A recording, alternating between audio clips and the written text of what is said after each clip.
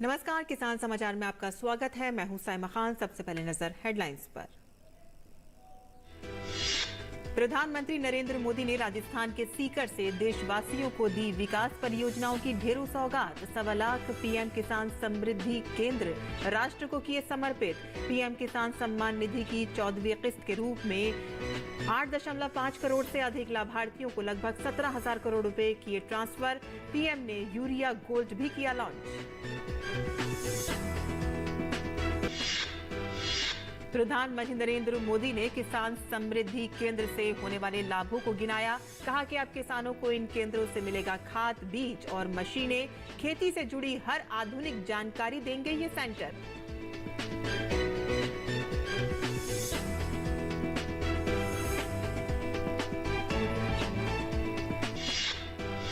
राजस्थान से सीकर में केंद्रीय कृषि एवं किसान कल्याण मंत्री नरेंद्र सिंह तोमर ने केंद्र की किसान हितैषी योजनाओं का किया उल्लेख।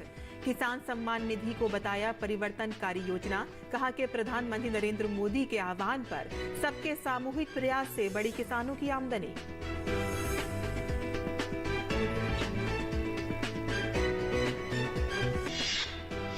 भारत में वैश्विक रसायन और पेट्रोकेमिकल विनिर्माण केंद्र विषय पर शिखर सम्मेलन का आयोजन। रसायन और उर्वरक मंत्रालय द्वारा आयोजित 2 दिवसीय कार्यक्रम का वित्त मंत्री निर्मला सीतारमण ने किया उद्घाटन। भविष्य की संभावित रणनीतियों को विकसित करना सम्मेलन का उद्देश्य।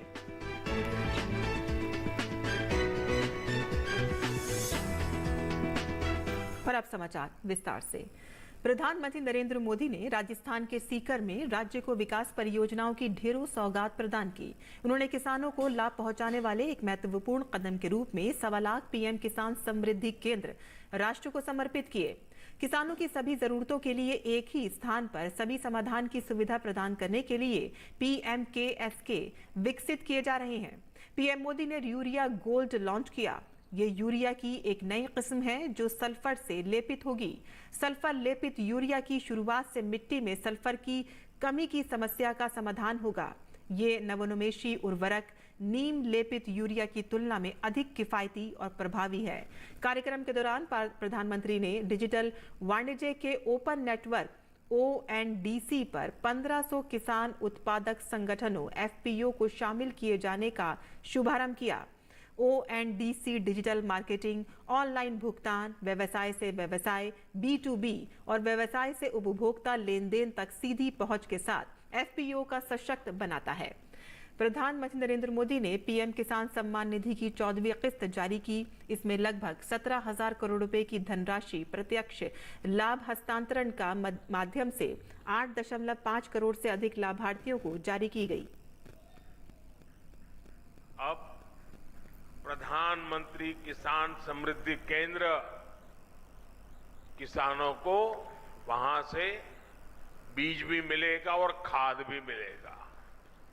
इसके अलावा खेती से जुड़े औजारों और दूसरी मशीनें भी इस केंद्र पर मिला करेगी। ये सेंटर खेती से जुड़ी हर आधुनिक जानकारी किसानों को देंगे।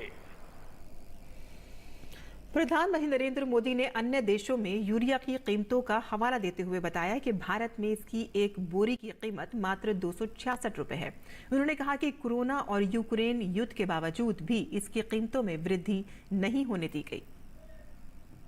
आज भारत में यूरिया की जो बोरी हम किसानों को 266 रुपये में देते हैं, उतनी ही यूरिया हमारे पड़ोस में पाकिस्तान के किसानों को करीब करीब 800 रुपये में वो बोरा मिलता है। उतना ही यूरिया बांग्लादेश के किसानों को वहां के बाजार में 720 रुपये में मिलता है।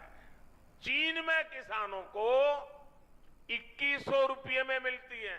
यूरिया की जिस बोरी के लिए आप 300 रुपये से भी कम देते हैं, उसी बोरी के लिए अमेरिका के किसानों को 3,000 रुपये से ज्यादा देना पड़ता है।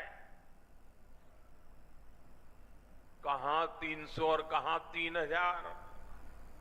हमारी सरकार यूरिया की कीमतों की वजह से भारत के किसानों को परेशानी नहीं होने देगी। और प्रधानमंत्री नरेंद्र मोदी ने पीएम किसान समृद्धि केंद्र के उद्घाटन से पहले एक प्रदर्शनी का अवलोकन किया। उन्होंने इस दौरान कृषि से जुड़ी कई उत्पादों के बारे में जानकारी हासिल की।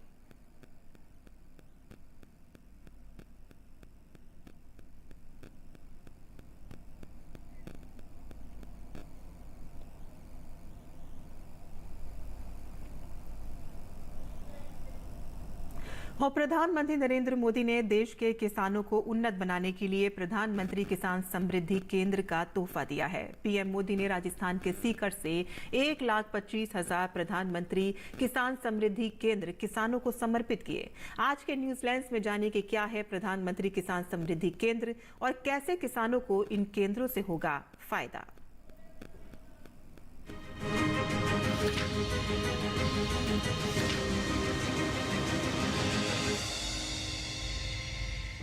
खेती जिसके लिए उर्वरक और बीज महत्वपूर्ण होते हैं, लेकिन बाजार में ये किसानों को सहजता से नहीं मिल पाते।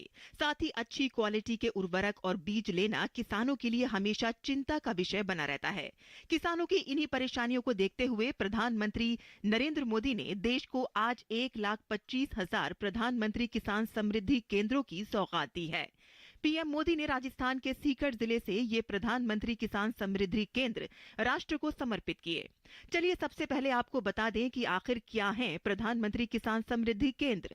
दरअसल प्रधानमंत्री किसान समृद्धि केंद्र किसानों की सभी समस्याओं का एक ही तरह से वन स्टॉप सॉल्यूशन है, जहां किसान एक छत के नीचे खाद, बीज और कीटनाशक दवाइयां खरीद सकते हैं और साथ ही साथ मिट्टी की जांच और अन्य सुविधाएं भी किसान एक ही जगह पर प्राप्त कर सकते हैं।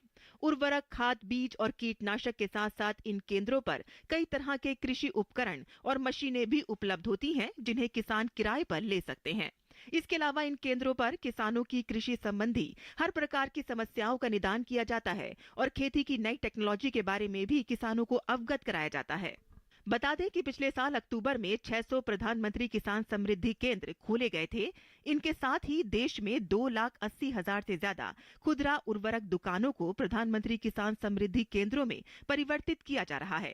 और अगर बात करें कि प्रधानमंत्री किसान समृद्धि केंद्रों से कैसे किसानों को होगा फायदा, तो बता दें कि इन केंद्रों को खोलने का मकसद किसानों को खेती संबंधी उपकरण, बीज आदि को सस्ती दरों पर उपलब्ध कराना है।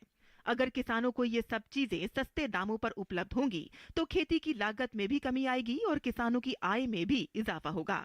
एक तरह से प्रधानमंत्री किसान समृद्धि केंद्र किसानों की समृद्धि का द्वार खोलने का काम करेंगे। जानकारों के मुताबिक वर्तमान सरकार शुरुआत से ही किसानों के कल्याण के लिए प्रतिबद्ध है। आज वर्तमान सरकार द्वारा किसानों के लिए पीएम किसान सम्मान निधि योजना, मृदा स्वास्थ्य कार्ड योजना, किसान क्रेडिट कार्ड योजना, प्रधानमंत्री फसल बीमा योजना, प्रधानमंत्री कृषि सिंचाई योजना जैसी अनेक योजनाएं चलाई जा रही हैं। Bureau report, DD news.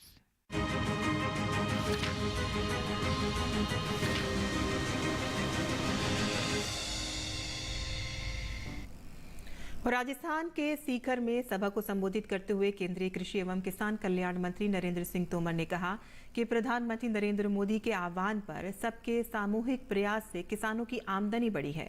Tomar ने केंद्र की किसान हितैषी योजनाओं का उल्लेख करते हुए किसान सम्मान निधि को परिवर्तनकारी योजना बताया। उन्होंने कहा कि 11 करोड़ किसानों के खातों में 2,41,000 करोड़ रुपए के अधिक की राशि बगैर किसी बिचौलिए के उनके खातों में ट्रांसफर की गई है।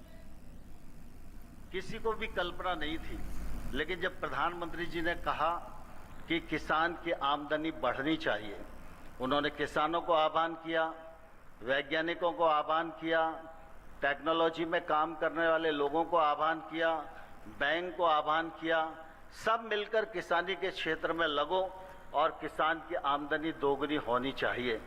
लेकिन साथ ही साथ प्रधानमंत्री जी ने अपने फर्ज को भी निभाया और किसान की सालाना आय में 6,000 रुपया वार्षिक जोड़ने के लिए प्रधानमंत्री कृषि सम्मान निधि योजना का सृजन किया।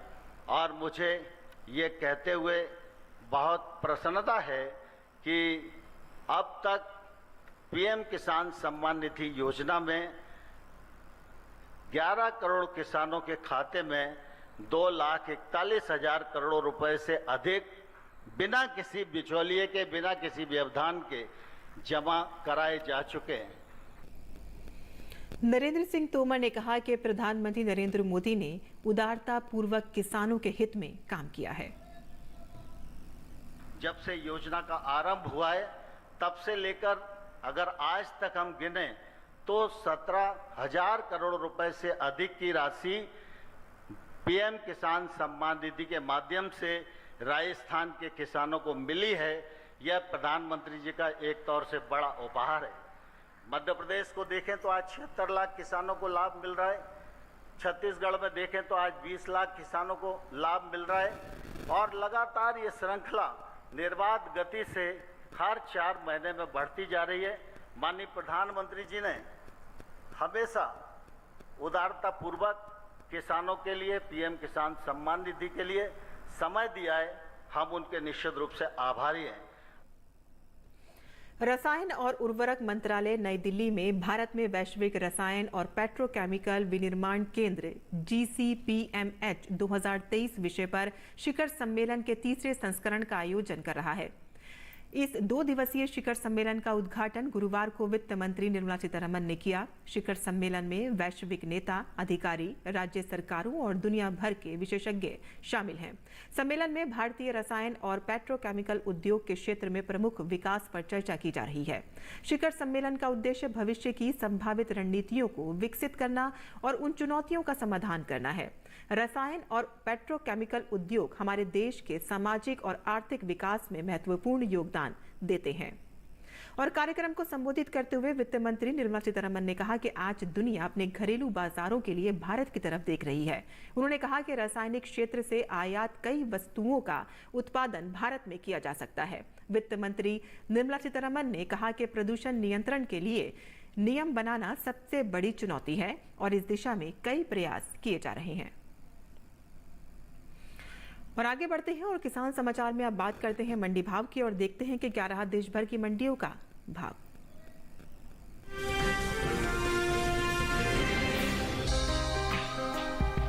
कृषि उपज मंडियों में अरहर की आवक सामान्य बनी हुई है। बुधवार को उत्तर प्रदेश सहित दूसरे राज्यों में अरहर बिकवाली के लिए पहुंची।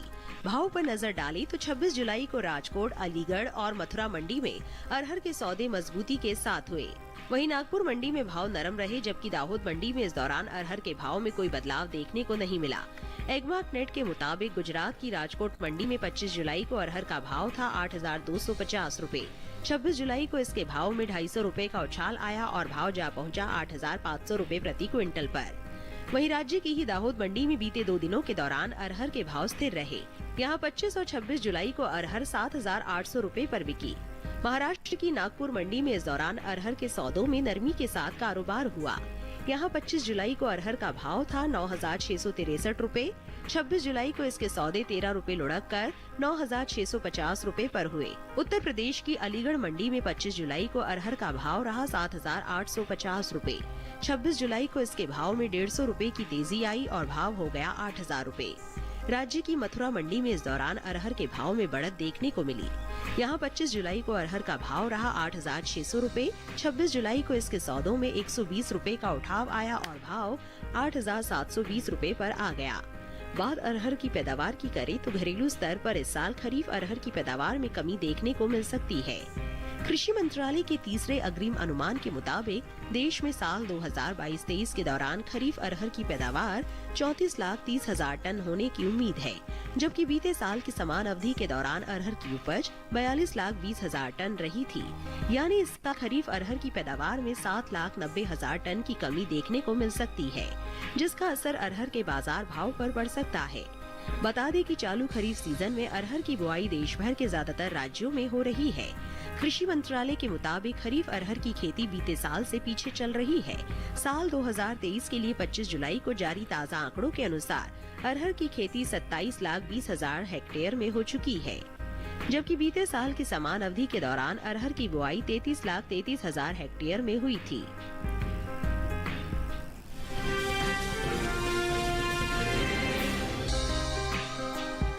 कृषि उपज मंडियों में इन दिनों सोयाबीन की आवक सीमित बनी हुई है।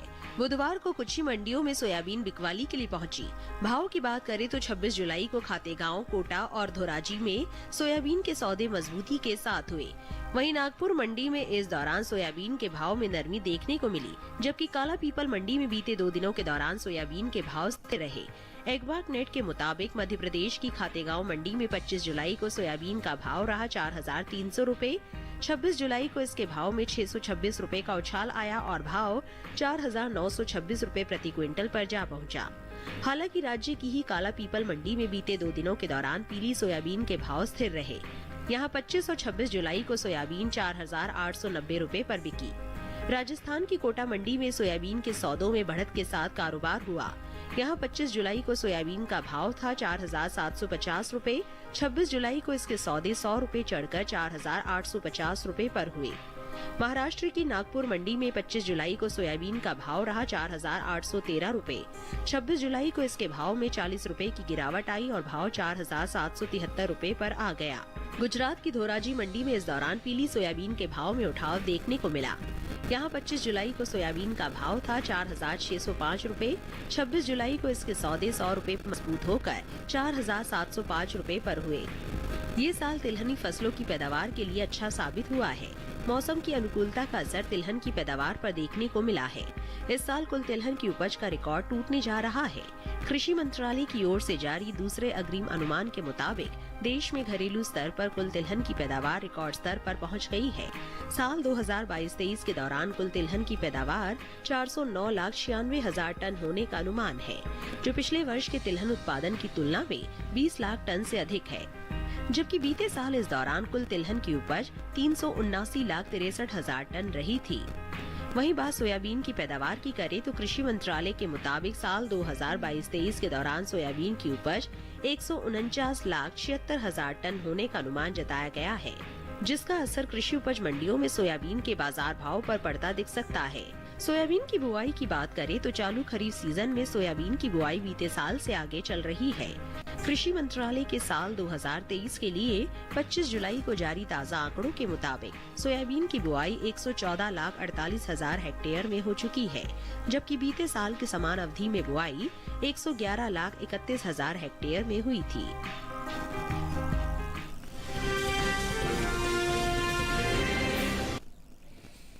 और मंडी खबर के बाद अब बात करते हैं मौसमी खेती की। किसान इस मौसम में कैसे रखें अपनी खेती का ख्याल, आइए देखते हैं।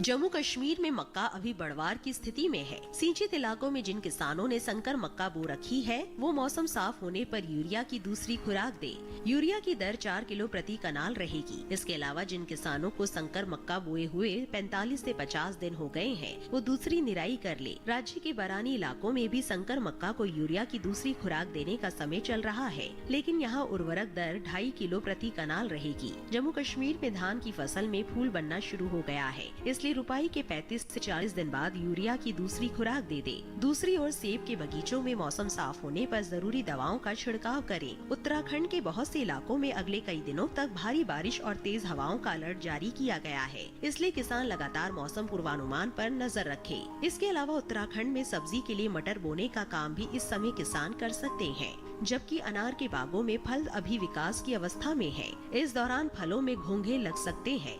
बगीचे की निगरानी करते रहें और संक्रमण होने पर मेटल डिहाइड 2.5% का छिड़काव मौसम साफ रहने पर करें।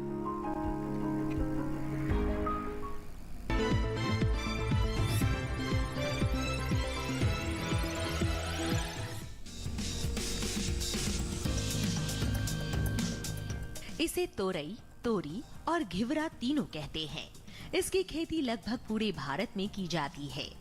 दूसरी बेल वाली सब्जियों की तरह ही इसे भी साल में 2 बार बोया जाता है, पहले फरवरी मार्च में और फिर जून जुलाई में। यानी अभी तोरी बोने का एकदम सही समय चल रहा है। तोरी की बुआई करते समय कुछ सावधानियां बरतें। उन्नत किस्म का बीज चुनना बेहतर रहेगा। भारतीय कृषि अनुसंधान संस्थान ने 2 किस्में विकसित की है, पूसा स्नेह और पूसा नूतन। पूसा स्नेह उत्तरी मैदानी क्षेत्रों के लिए उपयुक्त है। इसका फल चिकना, सीधा और दरमियानी लंबाई का होता है। रंग गहरा हरा, गुदा मुलायम लेकिन छिलका सख्त होता है। तुड़ाई के बाद बेचने के लिए इसे काफी दूर तक भेजा जा सकता है। साथ ही इसमें अधिक तापमान सहने की भी क्षमता होती है। बुआई के 45 से 50 दिनों के भीतर फसल तैयार हो जाती है। इस दौरान किसान पहली तुड़ाई कर सकते हैं। 1 हेक्टेयर में 120 क्विंटल तक पैदावार हो सकती है। पूसा नूतन का फल धारीदार होता है। ये दिल्ली और राष्ट्रीय राजधानी क्षेत्र के लिए उत्तम है। फल लंबा, सीधा और आकर्षक होता है। फलों का रंग हरा और औसत वजन 105 ग्राम होता है। इसका भी गुदा मुलायम होता है। ये बसंत, ग्रीष्म और खरीफ दोनों फसलों के लिए उपयुक्त है। बोने के 45 से 50 दिनों में पहली तुड़ाई की जा सकती है। पूसा नूतन किस्म 1 हेक्टेयर में 160 क्विंटल तक पैदावार दे सकती है। तोरी की बुआई करते समय 1 हेक्टेयर के लिए 4 से 5 किलो बीज पर्याप्त होते हैं। बुआई करते समय पंक्ति से पंक्ति की दूरी 200 सेंटीमीटर और पौध से पौध की दूरी 75 सेंटीमीटर रखें। अगर बात सिंचाई की करें तो गर्मी के मौसम में हर 5 से 6 दिन पर सिंचाई करते रहें। खरपतवार हटाने के लिए 2 बार निराई करें। फसल में फल मक्खी का प्रभाव भी देखा जा सकता है। ऐसे में उचित दवाओं का छिड़काव करें। किसान ध्यान रखें कि फसल में किसी भी तरह की दवा का छिड़काव करने से पहले कृषि विशेषज्ञों की सलाह जरूर लें।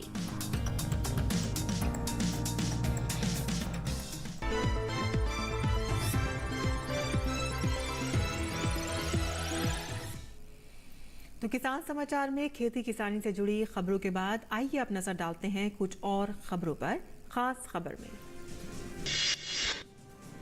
विदेश मंत्री एस जयशंकर ने गुरुवार को राज्यसभा में विदेश नीति से संबंधित नवीनतम घटनाक्रम पर वक्तव्य दिया। उन्होंने राष्ट्रपति, उपराष्ट्रपति और प्रधानमंत्री के हाल के विदेश दौरों की उपलब्धियों के बारे में सदन को बताया। राष्ट्रपति द्रौपदी मुर्मू ने उड़ीसा के दौरे के दौरान भुवनेश्वर के राजभवन में विशेष रूप से कमजोर जनजातीय समूह PVTG के सदस्यों के साथ बातचीत की। राष्ट्रपति ने जनजातीय समुदाय के लोगों से मुलाकात कर उन्हें उपहार भी दिए। संसदीय कार्य मंत्री प्रहलाद जोशी ने कहा कि कांग्रेस पार्टी ने बिना किसी विपक्षी पार्टी से बातचीत किए अविश्वास प्रस्ताव दिया है। अविश्वास प्रस्ताव लाने से और काले कपड़े पहनने से कुछ नहीं होगा। दिल्ली सरकार के आबकारी विभाग ने 1 जुलाई से 30 सितंबर 2023 की अवधि के लिए ड्राई डे की सूची जारी की है। मुहर्रम, स्वतंत्र दिवस, कृष्ण जन्माष्टमी और मिलादुन नबी पर शराब की बिक्री पर रोक रहेगी। 30 साल से अधिक समय के बाद श्रीनगर के गुरु बाजार से डल गेट तक शिया समुदाय मुहर्रम का जुलूस निकाल रहे हैं। इसका समय सुबह 6 बजे से 8 बजे तक रखा गया है। सुरक्षा के पुख्ता इंतजाम किए गए हैं। कूनो में नर चीता प्रभास और मादा चीता वीरा का बाड़े में स्वास्थ्य परीक्षण किया गया। दोनों चीते स्वस्थ हैं और अगले स्वास्थ्य परीक्षण तक दोनों को बाड़े में रखा जाएगा। GST परिषद की अगली बैठक 2 अगस्त को होगी। बैठक में ऑनलाइन गेमिंग, किसानों और घुड़दौड़ पर 28% GST टैक्स लगाने के तौर तरीकों के बारे में चर्चा होगी। वित्त मंत्री निर्मला सीतारमण ने अमेरिका के विशेष जलवायु दूत जॉन कैरी से मुलाकात की। जलवायु, आर्थिक रणनीति, प्रौद्योगिकी सहयोग लक्ष्य हासिल करने के लिए दोनों देशों के संयुक्त प्रयासों और प्रतिबद्धताओं पर चर्चा की। मेटा को भारत में उद्यमिता, डिजिटल इंडिया और स्किल इंडिया को मजबूत करने के लिए आमंत्रित किया गया। मेटा के वैश्विक मामलों के अध्यक्ष निक क्लैग ने केंद्रीय मंत्री अश्विनी वैष्णव और धर्मेंद्र प्रधान से मुलाकात की। किसान समाचार में आज के लिए बस इतना ही। अनुमति दें। नमस्कार।